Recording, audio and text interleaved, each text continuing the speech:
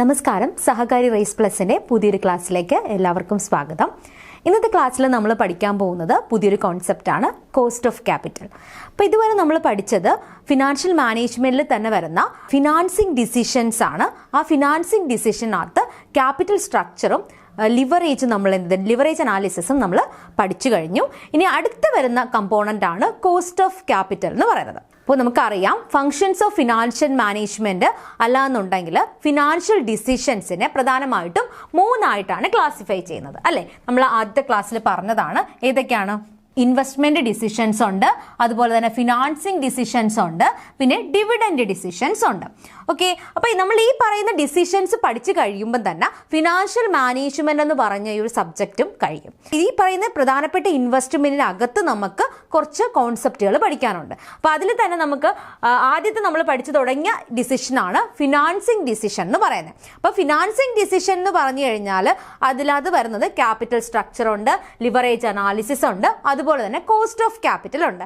അതിൽ നമ്മൾ capital structure പഠിച്ചു കഴിഞ്ഞു. ആ ക്യാപിറ്റൽ സ്ട്രക്ചറിൽ നിങ്ങൾ പ്രധാനമായിട്ടും ശ്രദ്ധിക്കേണ്ടത് ക്യാപിറ്റൽ സ്ട്രക്ചറിനെ അഫക്റ്റ് ചെയ്യുന്ന ഫാക്ടേഴ്സും ക്യാപിറ്റൽ സ്ട്രക്ചർ തിയറീസുമാണ്. അത് കഴിഞ്ഞിട്ട് നമ്മൾ പഠിച്ചത് ലിവറേജ് അനാലിസിസ് ആണ്. ലിവറേജ് അനാലിസിസിൽ അതിൽ എക്സാമിന് ചോദിച്ച് കണ്ടിട്ടുള്ള ഏരിയ എന്ന് പറയുന്നത് ടൈപ്സ് ഓഫ് ലിവറേജസ് ആണ്. ടൈപ്സ് ഓഫ് ലിവറേജസ് 3 ടൈപ്പ് ഉണ്ട്. ഏതൊക്കെയാണ്? ഓപ്പറേറ്റിംഗ് ലിവറേജ് ഉണ്ട്, ഫിനാൻഷ്യൽ ലിവറേജ് ഉണ്ട്, അതുപോലെ തന്നെ കമ്പൈൻഡ് ലിവറേജ് ഉണ്ട്.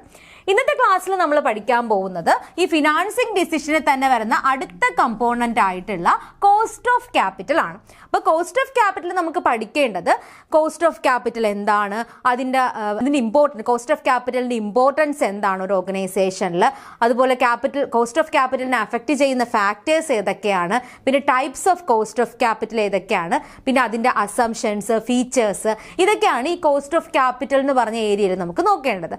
അതിൽ തന്നെ ഇമ്പോർട്ടൻ്റ് ആയിട്ടുള്ളതെന്ന് പറയുന്നത് ടൈപ്സ് ഓഫ് കോസ്റ്റുകളാണ്. പിന്നെ അതുപോലെ തന്നെ കോസ്റ്റ് ഓഫ് ക്യാപിറ്റലിന്റെ മീനിങ്ങും ഫീച്ചേഴ്സും ആണ്. നെക്സ്റ്റ് നമുക്ക് പഠിക്കേണ്ടത് എന്താണ്? ഇൻവെസ്റ്റ്മെന്റ് ഡിസിഷൻസ് ആണ്. ആ ഇൻവെസ്റ്റ്മെന്റ് ഡിസിഷനകത്ത് പ്രധാനമായിട്ടും 2 ഡിസിഷൻസാണ് വരുന്നത്. ക്യാപിറ്റൽ ബഡ്ജറ്റിംഗ് ഡിസിഷൻസും വർക്കിംഗ് ക്യാപിറ്റൽ മാനേജ്മെന്റും. അതിൽ ക്യാപിറ്റൽ ബഡ്ജറ്റിംഗ് ഡിസിഷനെ ലോങ് ടേം അസറ്റിലേക്കുള്ള ഇൻവെസ്റ്റ്മെന്റിന് ക്യാപിറ്റൽ ബഡ്ജറ്റിംഗ് ഡിസിഷൻസ് എന്നും, അല്ലാന്നുണ്ടെങ്കിൽ എന്താണ് വർക്കിംഗ് ക്യാപിറ്റൽ മാനേജ്മെന്റ് എന്നും പറയും. പിന്നെ ലാസ്റ്റ് വരുന്ന ഡിസിഷനാണ് ഡിവിഡൻഡ് ഡിസിഷൻ എന്ന് പറയുന്നത്. ആ ഡിവിഡൻഡ് ഡിസിഷനിൽ നമുക്ക് പഠിക്കേണ്ടത് ഡിവിഡൻഡ് പോളിസീസും അതുപോലെ തന്നെ റീറ്റേൺ ഏർണിങ്സും ആണ്. അപ്പോൾ നമ്മൾ ഇന്ന് പഠിക്കാൻ പോകുന്ന ഏതാണ്? കോസ്റ്റ് ഓഫ് ക്യാപിറ്റൽ എന്തെന്നുള്ളതാണ് നമ്മൾ ഇന്ന് പഠിക്കാൻ പോകുന്നത്. അപ്പോൾ നിങ്ങൾ ഓർത്തിരിക്കേണ്ട കാര്യം എന്ന് പറയുന്നത് ഫങ്ഷൻസ് ഓഫ് ഫിനാൻഷ്യൽ മാനേജ്മെന്റിൽ ഫിനാൻസിങ് ഡിസിഷനിൽ വരുന്ന ഒരു ഡിസിഷനാണ് ഏതെന്ന് പറയുന്നത്? കോസ്റ്റ് ഓഫ് ക്യാപിറ്റൽ എന്ന് പറയുന്നത്. അപ്പോൾ അതിൽ നമ്മൾ ക്യാപിറ്റൽ സ്ട്രക്ചർ എന്താ പറഞ്ഞത്? ഒരു കമ്പനിയുടെ ടോട്ടൽ ക്യാപിറ്റലിൽ എത്ര ഡെപ്റ്റ് ഫണ്ട് വേണം, എത്ര ഇക്വിറ്റി ഫണ്ട് വേണം, ആ ഡെപ്റ്റ് ഇക്വിറ്റി മിക്സിനെയാണ് നമ്മൾ എന്തെന്ന് പറയുന്നത്? ക്യാപിറ്റൽ സ്ട്രക്ചർ എന്ന് പറയുന്നത്. ലിവറേജ് അനാലിസിസ് എന്ന് പറഞ്ഞാൽ എന്താണ്? ഫിനാൻഷ്യൽ വേരിയബിൾസ് തമ്മിലുള്ള റിലേഷൻഷിപ്പ് ആണ്. അത് ഓപ്പറേറ്റിംഗ് ലിവറേജ് ഉണ്ട്, ഫിനാൻഷ്യൽ ലിവറേജ് ഉണ്ട്, അതുപോലെ തന്നെ കമ്പൈൻഡ് ലിവറേജും ഉണ്ട്. അതിൽ ഫിനാൻഷ്യൽ മാനേജ്മെന്റിൽ തന്നെ ഇമ്പോർട്ടൻ്റ് ആയിട്ടുള്ള ഒരു ലിവറേജ് ആണ് ഫിനാൻഷ്യൽ ലിവറേജ് അല്ലെങ്കിൽ ട്രേഡിംഗ് ഓൺ ഇക്വിറ്റി എന്ന് പറയുന്നത്. അതായത് ഒരു കമ്പനിയുടെ ക്യാപിറ്റൽ സ്ട്രക്ചറിൽ കൂടുതലായിട്ട് ഡെപ്റ്റ് ഉപയോഗിക്കുന്നത് വഴി എത്രമാത്രം ഇക്വിറ്റി ഷെയർ ഹോൾഡേഴ്സിന്റെ റിട്ടേൺ കൂടുന്നു എന്നതാണ് ഏതിൽ നോക്കുന്നത്? ഫിനാൻഷ്യൽ ലിവറേജിൽ നോക്കുന്നത്. ഓക്കെ, അപ്പോൾ അതാണ് ലിവറേജ് അനാലിസിസിൽ പ്രധാനപ്പെട്ട ഒരു ലിവറേജ്. ഇന്ന് നമ്മൾ നോക്കാൻ പോകുന്ന ഏതാണ്? കോസ്റ്റ് ഓഫ് ക്യാപിറ്റൽ എന്നുള്ളതാണ്. അപ്പോൾ നമുക്ക് എന്താണ് കോസ്റ്റ് ഓഫ് ക്യാപിറ്റൽ എന്നുള്ള മീനിങ് നോക്കാം. Okay, cost of capital. ഇപ്പോൾ കോസ്റ്റ് ഓഫ് ക്യാപിറ്റൽ എന്ന് പറയുമ്പം തന്നെ നിങ്ങൾ ആദ്യം മനസ്സിലാക്കേണ്ട ഒരു കാര്യം, ഇതെന്ന് പറയുന്ന ഒരു കോസ്റ്റ് അല്ല. കോസ്റ്റ് മീൻസ് ഇൻവെസ്റ്റേഴ്സിനെ സംബന്ധിച്ച് അതൊരു കോസ്റ്റ് അല്ല. അവർക്ക് കിട്ടുന്ന മിനിമം റേറ്റ് ഓഫ് റിട്ടേണിനാണെന്ന് പറയുന്നത് കോസ്റ്റ് ഓഫ് ക്യാപിറ്റൽ എന്ന് പറയുന്നത്. ഓക്കെ, ഇത് മനസ്സിൽ വെച്ചിട്ട് വേണം നിങ്ങൾ എന്ത് ചെയ്യേണ്ടത്? ഇതിനെ കുറിച്ചിട്ട് നോക്കേണ്ടത്. നമുക്കറിയാം, ഒരു കമ്പനിയെ സംബന്ധിച്ച് റിയൽ ഓണേഴ്സ് എന്ന് പറയുന്ന ഏതാണ്? ഷെയർ ഹോൾഡേഴ്സ് ആണെന്ന് പറയാം. അപ്പോൾ ഷെയർ ഹോൾഡേഴ്സിനൊക്കെ കിട്ടുന്ന ആ ഒരു റിട്ടേണിനെയാണെന്ന് പറയുന്നത് കോസ്റ്റ് ഓഫ് ക്യാപിറ്റൽ എന്ന് പറയുന്നത്. അല്ലെങ്കിൽ ഡിബഞ്ചർ ഹോൾഡേഴ്സ് ഉണ്ട്, അവർക്ക് കിട്ടുന്ന ഇൻട്രസ്റ്റ്, അതിന് നമുക്ക് എന്തെന്ന് പറയാം? കോസ്റ്റ് ഓഫ് ക്യാപിറ്റൽ എന്ന് പറയാം. ഇവിടെ കോസ്റ്റ് എന്ന് ഉദ്ദേശിക്കുന്നത് ആ ഒരു കമ്പനിയുടെ വ്യൂ പോയിന്റ് നിന്നിട്ടാണ് കോസ്റ്റ് എന്ന് ഉദ്ദേശിക്കുന്നത്. അതായത് ക്യാപിറ്റൽ കളക്ട് ചെയ്യാനായിട്ട് എന്ത് ചെയ്യുന്നുണ്ട്? ഡിഫറെൻറ്റ് സെക്യൂരിറ്റീസ് കമ്പനി തന്നെ ഇഷ്യൂ ചെയ്യുന്നുണ്ട്. ആ സെക്യൂരിറ്റീസിലേക്ക് അല്ലെങ്കിൽ സെക്യൂരിറ്റീസ് ബോറോ ചെയ്യുന്നവരുടെ അല്ലെങ്കിൽ അതിൽ കമ്പനിയിലേക്ക് ഫണ്ട് ഇൻവെസ്റ്റ് ചെയ്യുന്നവർക്ക് കൊടുക്കുന്ന ആ ഒരു റിട്ടേൺ ആണ്. ഓക്കെ, അത് കമ്പനിയുടെ വ്യൂ പോയിന്റിൽ എന്താണ് ഒരു കോസ്റ്റ് ആയിട്ടാണ് കണക്കാക്കുന്നത്. അപ്പം ഇത് മനസ്സിൽ വെച്ചേക്കാം. ഇനി നമുക്ക് ഡീറ്റെയിൽ ആയിട്ട് നോക്കാം. അപ്പോൾ ഒരു പ്രോജക്റ്റിലേക്ക് അല്ലെങ്കിൽ ഒരു കമ്പനിയിലേക്ക് ഉപയോഗിക്കുന്നതിൻ്റെ അല്ലെങ്കിൽ ഡിപ്ലോയിഡ് ചെയ്യുന്നതിൻ്റെ അല്ലെങ്കിൽ ഉപയോഗിക്കുന്നതിൻ്റെ പ്രധാന ലക്ഷ്യം എന്താണ്? സഫീഷ്യൻ്റ് ആയിട്ടുള്ള റിട്ടേൺ കിട്ടുക. അതായത് നമ്മൾ എത്ര ഇൻവെസ്റ്റ് ചെയ്യുന്നു ആ ഇൻവെസ്റ്റ് ചെയ്യുന്നതിന് സഫീഷ്യൻ്റ് ആയിട്ടുള്ള റിട്ടേൺ കിട്ടുക എന്നുള്ളതാണ് ഒരു കമ്പനിയുടെയും ലക്ഷ്യം എന്ന് പറയുന്നത്. അവർ കമ്പനിയിലേക്ക് ഇൻവെസ്റ്റ് ചെയ്യുന്ന എമൗണ്ടിന് അല്ലെങ്കിൽ ക്യാപിറ്റലിന് എന്ത് ചെയ്യണം? സഫീഷ്യൻ്റ് ആയിട്ടുള്ള റിട്ടേൺ കിട്ടണം. ഓക്കെ, അപ്പം more over the effort and time spend four A project must be rewarded adequately. അപ്പോൾ അതുകൊണ്ട് തന്നെ ഇപ്പം ഒരു ഇൻവെസ്റ്റർ ആ ഒരു കമ്പനിയിലേക്ക് ഇൻവെസ്റ്റ് ചെയ്യുന്നു. അപ്പോൾ അതിന് അദ്ദേഹത്തിനുണ്ടായ എഫേർട്ട് അല്ലെങ്കിൽ ടൈം സ്പെൻഡ് ചെയ്തതിന് അതിനൊക്കെ എന്തുണ്ട്? റിവാർഡ്സ് കിട്ടണം. ഓക്കെ, അല്ലെങ്കിൽ റിട്ടേൺ കിട്ടണം എന്നാണ് പറയുന്നത്. In other words, any investment of capital is expected to produce minimum return to maintain the net worth of the business unaffected. Okay, അതായത് എന്താണ് ഒരു കമ്പനി അല്ലെങ്കിൽ ഒരു കമ്പനിയിലേക്ക് ഇൻവെസ്റ്റ് ചെയ്യുമ്പോൾ, അതായത് ഇൻവെസ്റ്റ്മെന്റ് ഓഫ് ക്യാപിറ്റൽ നടക്കുന്ന സമയത്ത് ആ ക്യാപിറ്റൽ ഇൻവെസ്റ്റ് ചെയ്തതിന് എന്ത് കൊടുക്കണം? ഒരു മിനിമം റേറ്റ് ഓഫ് റിട്ടേൺ കൊടുക്കണം അല്ലെങ്കിൽ മിനിമം റിട്ടേൺ കൊടുക്കണം എന്നാണ് പറയുന്നത്. ആ മിനിമം റിട്ടേൺ കൊടുക്കുമ്പം അത് കമ്പനിയുടെ നെറ്റ് വർത്തിനെ എന്ത് ചെയ്യാൻ പാടില്ല? അഫക്റ്റ് ചെയ്യാനായിട്ട് പാടില്ല എന്നും പറയുന്നുണ്ട്. അപ്പോൾ ഇവിടെ നമ്മൾ പ്രധാനമായിട്ട് പറഞ്ഞ എന്താണ്? ഒരു കമ്പനിയിലേക്ക് ഇൻവെസ്റ്റ്മെന്റ് നടത്തുന്ന സമയത്ത് ആ ഇൻവെസ്റ്റ്മെന്റിന് ജസ്റ്റിഫൈ ചെയ്യുന്ന റിട്ടേൺ വേണം എന്ത് ചെയ്യേണ്ടത്? ഏൺ ചെയ്യേണ്ടത്. അപ്പോൾ ആ ഒരു പ്രോജക്റ്റിലേക്ക് ഇൻവെസ്റ്റ് ചെയ്യുമ്പം ആ ഒരു പ്രോജക്റ്റിൽ നിന്നിട്ട് സഫീഷ്യൻ്റ് ആയിട്ടുള്ള റിട്ടേൺ ഉണ്ടായാൽ മാത്രമേ ഈ പറയുന്ന ഇൻവെസ്റ്റേഴ്സിന് എന്ത് കിട്ടത്തുള്ളൂ?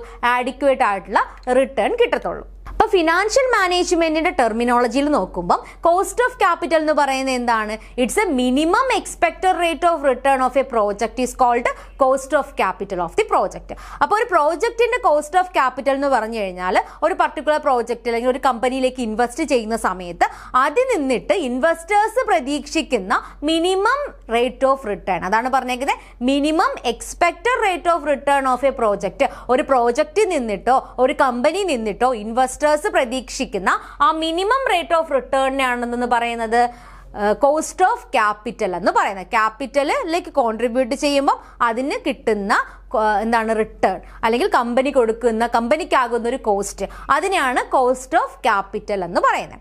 Fund invested in different project with different risk element cannot expect the same rate of return. അതായത് ഒരു പ്രോജക്റ്റിലേക്ക് ഫണ്ട് ഇൻവെസ്റ്റ് ചെയ്യുമ്പം ഡിഫറെന്റ് റിസ്ക് എലമെന്റ് വരുന്നുണ്ട്. അതായത് സോഴ്സസ് ഓഫ് ഫണ്ട് നമ്മൾ പഠിച്ചിട്ടുണ്ട് അല്ലെ? ഇക്വിറ്റി ഉണ്ട്, ഡെപ്റ്റ് ഉണ്ട്. അതുപോലെ തന്നെ അല്ലാതെ തന്നെ എന്തുണ്ട്? റിട്ടേൺ ഏർണിങ്സ് ഉപയോഗിക്കാം, അല്ലെന്നുണ്ടെങ്കിൽ കമ്പനി ലോൺ എടുക്കാം, ബാങ്ക് ലോൺസ് ഉപയോഗിക്കാം. അങ്ങനെ ഡിഫറെന്റ് സോഴ്സസ് ഓഫ് ഫണ്ട് ഉപയോഗിച്ച് എന്ത് ചെയ്യാം? ഒരു പ്രോജക്റ്റ് റൺ ചെയ്യാം അല്ലെങ്കിൽ ഒരു കമ്പനി എന്ത് ചെയ്യാം? റൺ ചെയ്യാൻ പറ്റും. അപ്പോൾ ഈ ഓരോ സോഴ്സസിന്റെയും എന്താണ്? റിസ്ക് എലമെന്റ് എന്താണ്? ഡിഫറെന്റ് ആണ്. അതുപോലെ തന്നെ റിട്ടേണും എന്താണ്? ഡിഫറെന്റ് ആണ്. അപ്പോൾ റിസ്കി ആയിട്ടുള്ള ഫണ്ടുകളാണെന്നുണ്ടെങ്കിൽ അവിടെ റിട്ടേൺ എന്തായിരിക്കും? കൂടുതലായിരിക്കും. നമ്മൾ പഠിച്ചിട്ടുണ്ടല്ലേ, റിസ്ക് കൂടുമ്പോൾ റിട്ടേൺ കൂടും എന്നുള്ളത് നമ്മൾ പഠിച്ചിട്ടുള്ള കാര്യമാണ്. അപ്പം റിസ്ക് കൂടുതലുള്ള സോഴ്സസ് ഓഫ് ഫണ്ട് ആണെന്നുണ്ടെങ്കിൽ അവിടെ ഓട്ടോമാറ്റിക്കലായിട്ട് എന്താണ്? റിട്ടേണും എന്തായിരിക്കും? ഹയർ ആയിരിക്കും എന്നാണ് പറയുന്നത്. അപ്പം അതാണ് പറഞ്ഞേക്കുന്നത്. ഓരോ ഫണ്ടിന്റെയും റിസ്ക് എലമെന്റ് എന്താണ്? ഡിഫറെന്റ് ആണ്. ഇപ്പം എക്സാമ്പിൾ ആയിട്ട് പറയുകയാണെന്നുണ്ടെങ്കിൽ ഇക്വിറ്റി ഫണ്ടിന് എന്താണ്? റിസ്ക് കൂടുതലാണ്. റിസ്കി ഫണ്ട് എന്ന് പറയുന്നത് ഏതാണ്? ഇക്വിറ്റിയാണ്. ഏതിനെ കമ്പയർ ചെയ്യുമ്പോൾ? ഡിബഞ്ചറിനെയൊക്കെ കമ്പയർ ചെയ്യുന്ന സമയത്ത്. കാര്യം എന്ന് വെച്ചാൽ എന്താണ്? ഡിബഞ്ചർ ഹോൾഡേഴ്സിനൊക്കെ എന്ത് ചെയ്യുന്ന ഒരു ഫിക്സഡ് റേറ്റ് ഓഫ് ഇൻട്രസ്റ്റ് കിട്ടുന്നുണ്ട്. പക്ഷേ ഇക്വിറ്റി ഷെയർ ഹോൾഡേഴ്സിനെ സംബന്ധിച്ച് എന്താണ്? കൂടുതൽ പ്രോഫിറ്റ് ഉണ്ടായാൽ മാത്രമേ എന്ത് ചെയ്യത്തുള്ളൂ? അവർക്ക് എന്തെങ്കിലും കിട്ടത്തുള്ളൂ. അല്ലെങ്കിൽ ഈ ഫിക്സഡ് ഫിനാൻഷ്യൽ ചാർജസ് ഒക്കെ കൊടുത്തു കഴിഞ്ഞാൽ എന്താണ്? ചിലപ്പോൾ ഒന്നും ഇല്ല എന്നുണ്ടെങ്കിൽ എന്താണ്? ഇക്വിറ്റി ഷെയർ ഹോൾഡേഴ്സിന് എന്ത് ചെയ്യില്ല? ഒരു റിട്ടേണും കിട്ടില്ല. അപ്പോൾ അവിടെ എന്താണ്? റിസ്ക് കൂടുതലാണ്. നമുക്കറിയാം ഫിനാൻഷ്യൽ മാനേജ്മെന്റിന്റെ വ്യൂ പോയിന്റിൽ റിസ്ക് എന്ന് പറഞ്ഞാൽ എന്താണ്? വേരിയേഷൻ ഇൻ റിട്ടേൺ ആണ്. റിട്ടേൺ ഉണ്ടാകുന്ന വേരിയേഷൻ ആണെന്ന് പറയുന്നത് റിസ്ക് എന്ന് പറയുന്നത്. ഓക്കെ, അല്ലെങ്കിൽ ചാൻസസ് ഓഫ് ലോസ് എന്നതിനേക്കാളും കൂടുതൽ ഏതാണ്? ഫിനാൻഷ്യൽ മാനേജ്മെന്റിൽ ആപ്റ്റ് എന്ന് പറയുന്നത് ഏതാണ്? റിട്ടേണിൽ ഉണ്ടാകുന്ന ആ ഒരു വേരിയേഷൻ ആണെന്ന് പറയുന്നത് റിസ്ക് എന്ന് പറയുന്നത്. ആ ഒരു രണ്ട് ഫണ്ടിനെ കമ്പയർ ചെയ്യുന്ന സമയത്ത് അതിനെന്തായിരിക്കും? റിസ്ക് എലമെന്റ് എന്തായിരിക്കും? ഡിഫറെന്റ് ആയിരിക്കും. അപ്പൊ അതുകൊണ്ട് തന്നെ അതിനുണ്ടാകുന്ന കോസ്റ്റ് ഓഫ് ക്യാപിറ്റൽ അല്ലെങ്കിൽ റിട്ടേൺ എന്ന് പറയുന്നതും എന്തായിരിക്കും?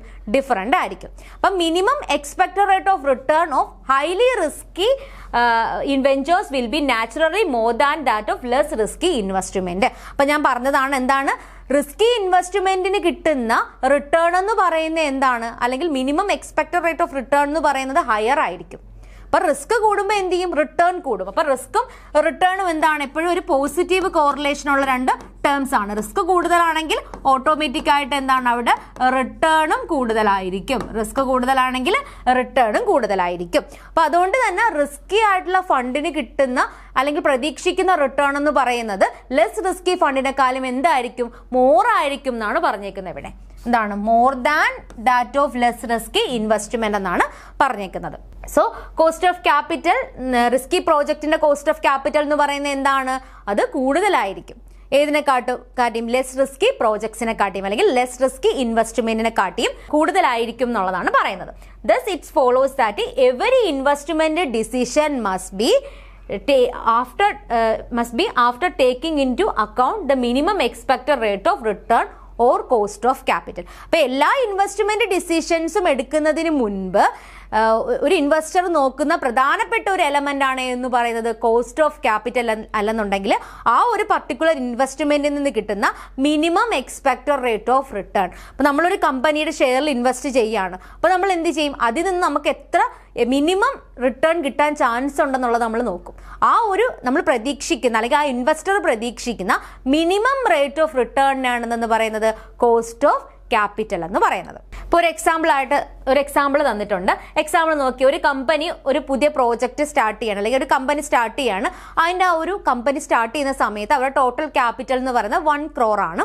ഓക്കെ, ആ കമ്പനി പല ഫണ്ട് വഴിയാണ് ആ ഒരു എമൗണ്ട്, ആ 1 crore എന്ന് പറയുന്ന എമൗണ്ട് മൊബിലൈസ് ചെയ്യുന്നത്.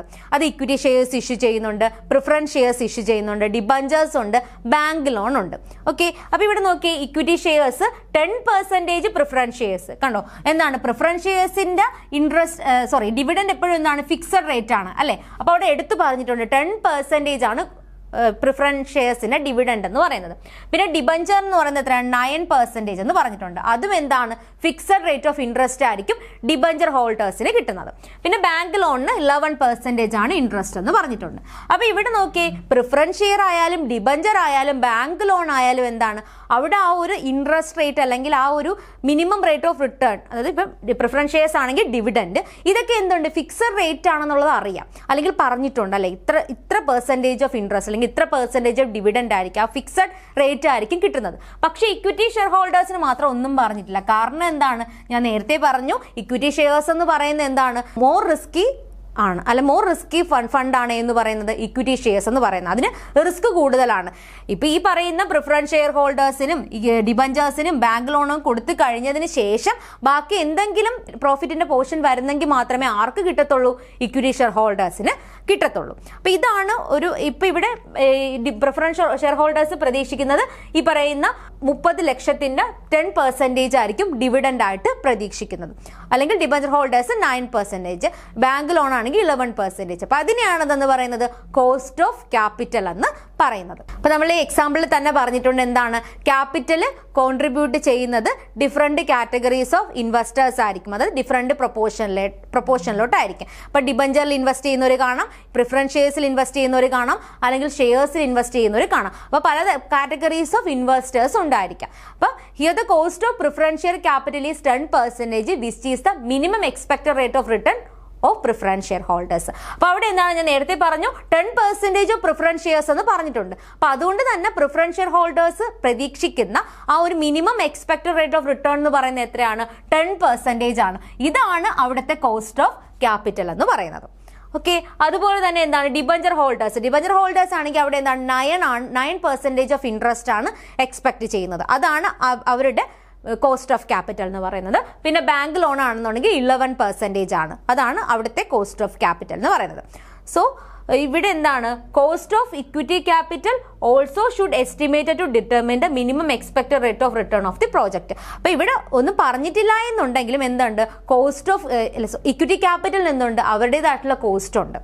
ഓക്കെ, അതാണ് കോസ്റ്റ് ഓഫ് ഇക്വിറ്റി ക്യാപിറ്റൽ എന്ന് പറയുന്നത്. അവരും ഇക്വിറ്റി ഷെയർ ഹോൾഡേഴ്സും എന്ത് ചെയ്യുന്നുണ്ട്, അവർക്ക് ഒരു minimum expected rate of return ഉണ്ടായിരിക്കും. അതായിരിക്കും അവരുടെ കോസ്റ്റ് ഓഫ് ക്യാപിറ്റൽ എന്ന് പറയുന്നത്. അപ്പം നമ്മുടെ പറഞ്ഞ എക്സാമ്പിൾ ആണെന്നുണ്ടെങ്കിൽ ഇപ്പം ഡിബഞ്ചർ ഹോൾഡേഴ്സിന് പ്രതീക്ഷിക്കുന്ന കോസ്റ്റ് ഓഫ് ക്യാപിറ്റൽ എന്ന് പറയുന്നത് 9% ആണെന്ന് പറഞ്ഞു. അപ്പം 9% എന്താണ് കിട്ടുന്നില്ല എന്നുണ്ടെങ്കിൽ ആ ഇൻവെസ്റ്റേഴ്സ് എന്ത് ചെയ്യത്തില്ല, അല്ലെങ്കിൽ ഇൻവെസ്റ്റേഴ്സ് എന്ത് ചെയ്യില്ല, ഡിബഞ്ചേഴ്സിലേക്ക് എന്ത് ചെയ്യത്തില്ല, ഇൻവെസ്റ്റ് ചെയ്യത്തില്ല. അപ്പോൾ അവർ പ്രതീക്ഷിക്കുന്നത് minimum expected rate of return എന്ന് പറയുന്നത് എത്രയാണ്? 9% ആണ്. Similarly the company must estimate the overall cost of capital of the project in advance to work out the different financial implication of the project of the company. അപ്പോൾ ഇവിടെ നമ്മളിപ്പം ഈ പറഞ്ഞ ഓരോ എലമെന്റിന്റെ അല്ലെങ്കിൽ ഓരോ ഫണ്ടിന്റെയും കോസ്റ്റുകൾ പറഞ്ഞു. നമ്മൾ എന്താണ് കോസ്റ്റ് ഓഫ് ഇക്വിറ്റി പറഞ്ഞു, കോസ്റ്റ് ഓഫ് പ്രിഫറൻസ് ഷെയർസ് പറഞ്ഞു, എന്താണ് കോസ്റ്റ് ഓഫ് ബാങ്ക് ലോൺ പറഞ്ഞു, അതുപോലെ തന്നെ കോസ്റ്റ് ഓഫ് ഡിബഞ്ചേഴ്സ് അല്ലെങ്കിൽ ഡിബഞ്ചേഴ്സ് പറഞ്ഞു. അപ്പോൾ ഇതെല്ലാം എന്താണ്? ആ ഒരു സ്പെസിഫിക് ഫണ്ടിന്റെ കോസ്റ്റുകളാണ്. അതിനെ തന്നെയാണ് സ്പെസിഫിക് കോസ്റ്റ് ഓഫ് ക്യാപിറ്റൽ എന്ന് പറയുന്നത്. അതുപോലെ തന്നെ എന്തുണ്ട്? Average cost, weighted average cost of capital അല്ലെങ്കിൽ ഓവറോൾ കോസ്റ്റ് ഓഫ് ക്യാപിറ്റൽ. ഈ പറയുന്ന എല്ലാ ഇൻഡിവിജ്വൽ ഫണ്ടിന്റെയും കോസ്റ്റിനെ എന്ത് ചെയ്തു? കമ്പൈൻ ചെയ്തിട്ടാണ് ഏത് കമ്പ്യൂട്ട് ചെയ്യുന്നത്? ഓവറോൾ കോസ്റ്റ് ഓഫ് ക്യാപിറ്റലും കമ്പ്യൂട്ട് ചെയ്യുന്നത്. അപ്പോൾ ഈ സ്പെസിഫിക് കോസ്റ്റ് ഓഫ് ക്യാപിറ്റൽ നോക്കുന്നതിനോടൊപ്പം തന്നെ ഓവറോൾ കോസ്റ്റ് ഓഫ് ക്യാപിറ്റലും എന്ത് ചെയ്യണം? കമ്പനി എസ്റ്റിമേറ്റ് ചെയ്യണം. എങ്ങനെ? അഡ്വാൻസ് ആയിട്ട്. എന്നാൽ മാത്രമേ ആ ഒരു പ്രോജക്റ്റിലേക്ക് ഇൻവെസ്റ്റ് ചെയ്യണോ വേണ്ടയോ എന്നുള്ളത് നോക്കാൻ പറ്റത്തുള്ളൂ. ഓക്കെ, അപ്പം നമുക്ക് ഒരു കമ്പനിയെ സംബന്ധിച്ച് അവർക്ക് കിട്ടുന്ന റിട്ടേൺ, ഒരു പ്രോജക്റ്റിൽ നിന്ന് കിട്ടുന്ന റിട്ടേൺ എന്ന് പറയുന്നത് ഓവറോൾ കോസ്റ്റ് ഓഫ് ക്യാപിറ്റലിനെക്കാളും കൂടി ഇരുന്നാൽ മാത്രമേ കാര്യമുള്ളൂ. എങ്കിൽ മാത്രമേ ആ ഒരു പ്രോജക്റ്റിലേക്ക് ഇൻവെസ്റ്റ് ചെയ്യേണ്ട ആവശ്യമുള്ളൂ ഒരു കമ്പനിക്ക്. അപ്പം അതുകൊണ്ട് തന്നെ ഒരു കോസ്റ്റ് ഓഫ് ക്യാപിറ്റൽ എന്ന് പറയുന്നത് അത്രമാത്രം ഇമ്പോർട്ടൻ്റ് ആയിട്ടുള്ളൊരു എലമെൻ്റ് ആണ് ഒരു ഇൻവെസ്റ്റ്മെന്റ് ഡിസിഷൻ എടുക്കുന്നതിന് മുൻപ്. ഇനി നമുക്ക് കോസ്റ്റ് ഓഫ് ക്യാപിറ്റൽ എന്താണ് ഡീറ്റെയിൽ ആയിട്ട് നോക്കാം. മീനിങ്ങിലേക്ക് പോകുമ്പോൾ cost of capital is not a cost. ഇതെന്താണ്? ഒരു കോസ്റ്റ് അല്ല കോസ്റ്റ് ഓഫ് ക്യാപിറ്റൽ. ഞാനത് ആദ്യം പറഞ്ഞതാണ്, കോസ്റ്റ് അല്ല, but an expected rate of return on capital invested. Capital invest ചെയ്തതിന് പ്രതീക്ഷിക്കുന്ന minimum rate of return. Okay, അതാണ് minimum expected rate of return on capital invested എന്ന് പറയുന്നത്. അതിനെയാണ് എന്തെന്ന് പറയുന്നത്? കോസ്റ്റ് ഓഫ് ക്യാപിറ്റൽ എന്ന് പറയുന്നത്. അപ്പം ഇതെന്താണ്? ഒരു കോസ്റ്റ് അല്ല എന്നുള്ള കാര്യം എന്ത് ചെയ്യണം? മനസ്സിലാക്കിയിരിക്കണം. ഇൻവെസ്റ്റേഴ്സ് ഒരു കമ്പനിയിലേക്ക് ഇൻവെസ്റ്റ് ചെയ്യുമ്പം അതിൽ നിന്ന് ആ ഒരു സോഴ്സസ് ഓഫ് ഫണ്ട് നിന്നിട്ട് എത്ര റിട്ടേൺ കിട്ടാൻ ചാൻസ് ഉണ്ട് എന്നതാണ് ഇതിൽ നോക്കുന്നത്? കോസ്റ്റ് ഓഫ് ക്യാപിറ്റലിൽ നോക്കുന്നത്. The term cost of capital refers to the rate of a firm pays to investors for the use of their money. അതായത് ഒരു ഫേം ഒരു ഇൻവെസ്റ്ററിന്റെ കയ്യിൽ നിന്നിട്ട് എന്താണ് മണി കളക്ട് ചെയ്യുമ്പോൾ അല്ലെങ്കിൽ ഫണ്ട് കളക്ട് ചെയ്യുമ്പോൾ അവർക്ക് പേ ചെയ്യേണ്ട ആ ഒരു റിട്ടേണിനെയാണെന്ന് പറയുന്നത്, ആ ഒരു റേറ്റ് ഓഫ് റിട്ടേണിനെയാണ് കോസ്റ്റ് ഓഫ് ക്യാപിറ്റൽ എന്ന് പറയുന്നത്. Okay, cost of capital refers to the rate a firm pays to investors for the use of their money. അതായത് ഇൻവെസ്റ്റേഴ്സിന് മണി ഒരു കമ്പനി യൂസ് ചെയ്യുമ്പോൾ അവർക്ക് എന്തെങ്കിലും റിട്ടേൺ കൊടുക്കണം അല്ലേ? ആ റിട്ടേണിനാണെന്ന് പറയുന്നത് കോസ്റ്റ് ഓഫ് ക്യാപിറ്റൽ എന്ന് പറയുന്നത്. That is cost of obtaining fund or cost of capital refers to the minimum rate of return a firm must earns on its investment. അതായത് ഒരു ഇൻവെസ്റ്റ്മെന്റിന് കൊടുക്കേണ്ട മിനിമം റേറ്റ് ഓഫ് റിട്ടേൺ ആണെന്ന് പറയുന്നത് cost of capital എന്ന് പറയുന്നത്. Cost of capital simply refers to cost of obtaining fund obtain ചെയ്യുന്നതിന് company കൊടുക്കേണ്ട ആ ഒരു കോസ്റ്റിനെയാണെന്ന് പറയുന്നത് കോസ്റ്റ് ഓഫ് ക്യാപിറ്റൽ എന്ന് പറയുന്നത്. അപ്പോൾ കോസ്റ്റ് ഓഫ് ക്യാപിറ്റൽ എന്ന് പറഞ്ഞാൽ എന്താണ്? മിനിമം റേറ്റ് ഓഫ് റിട്ടേൺ ആണ്. അല്ലെന്നുണ്ടെങ്കിൽ എന്താണ്? ഒരു കമ്പനി ഫണ്ട് ഒബ്റ്റെയിൻ ചെയ്യുമ്പോൾ അതിന് കൊടുക്കുന്ന കോസ്റ്റിനെയാണെന്ന് പറയുന്നത് കോസ്റ്റ് ഓഫ് ക്യാപിറ്റൽ എന്ന് പറയുന്നത്. ഇത് സിമ്പിളി എന്താണ്? ഒരു കോസ്റ്റ് എന്നുള്ള മീനിങ് അല്ല വരുന്നത്. Expected rate of return on capital invested ആണ് ഏത്? കോസ്റ്റ് ഓഫ് ക്യാപിറ്റൽ എന്ന് പറയുന്നത്. കോസ്റ്റ് ഓഫ് ക്യാപിറ്റലിന്റെ മറ്റു പേരുകളാണ് ഹർഡിൽഡ് റേറ്റ് എന്ന് അറിയപ്പെടുന്നുണ്ട്. അതുപോലെ തന്നെ കട്ട് ഓഫ് റേറ്റ് എന്നും കോസ്റ്റ് ഓഫ് ക്യാപിറ്റലിനെ അറിയപ്പെടുന്നുണ്ട്. ഓക്കെ.